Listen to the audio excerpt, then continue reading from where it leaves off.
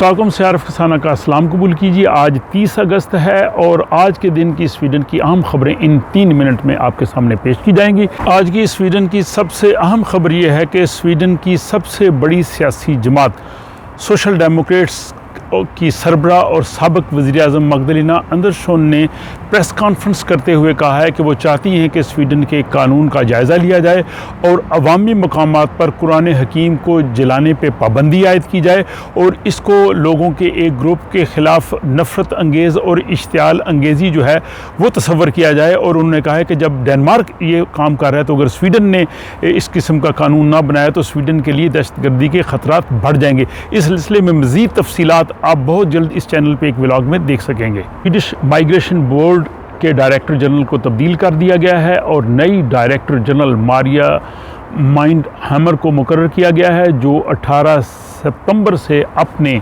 ओहदे का चार्ज संभालेंगी। उनकी तब्दीली क्यों की गई है और इसके क्या असरात होंगे, इसकी तफसील इख्तिताम हफ्ता पे आप स्वीडन की डायरी में देख सकेंगे। टिकटॉक ने यहाँ पे जो मलून इराक का शख्स है जो कुरान सोजी कर रहा है उसको अदा करने वाली रकम जो है वो बंद कर दी है ताकि वो टिकटॉक से जो है वो पैसा ना कमा सके।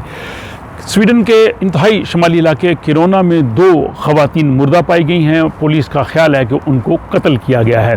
स्वीडन की इंश्योरेंस कंपनी थ्रिग हंसा को 35 मिलियन स्वीडिश क्राउन का जुर्माना आयद किया गया है। ये जुर्माना इसलिए आयद किया गया है कि कंपनी ने 2018 से लेकर 2021 तक कवानीन की खिलाफ वर्जी करते हुए 6,65,000 अपने ग्राहकों का जो डेटा और मालूमात थी वो गैर कानूनी तौर पे जो है वो दूसरी लोगों को जो है दूसरे इदारों को जो है उन्होंने मुहैया की थी।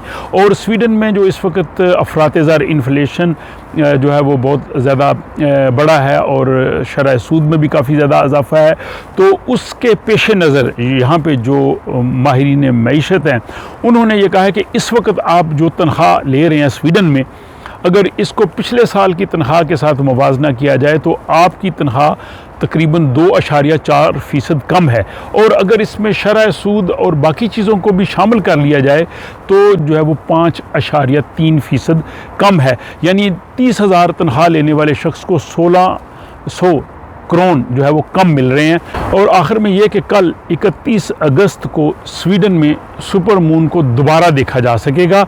ये सुपर मून जो है वो देखने के लिए जो बेहतरीन वक्त है शाम 8:30 बजे से सुबह 4 बजे के दरमियान आप इसे देख सकेंगे। अपना ख्याल रखिएगा, अपनी राय से ज़रूर आगाह कीजिए।